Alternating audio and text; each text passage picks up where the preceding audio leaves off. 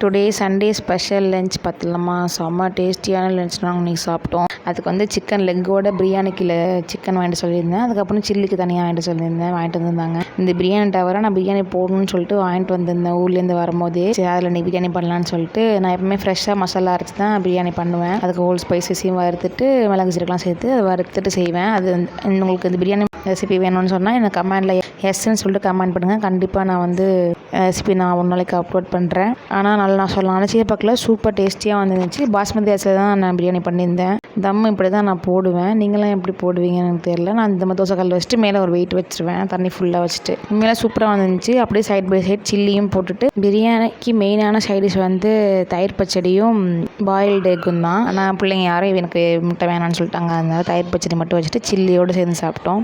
Sunday lunch சூப்பராக போணுச்சு. நாங்கள் எல்லோரும் சேர்ந்து உட்காந்து ஜாலியாக சாப்பிட்டோம். நீங்கள் என்ன லஞ்ச் சாப்பிட்றீங்கன்னு சொல்லிட்டு என் கூட கமெண்ட்டை ஷேர் பண்ணிக்கோங்க.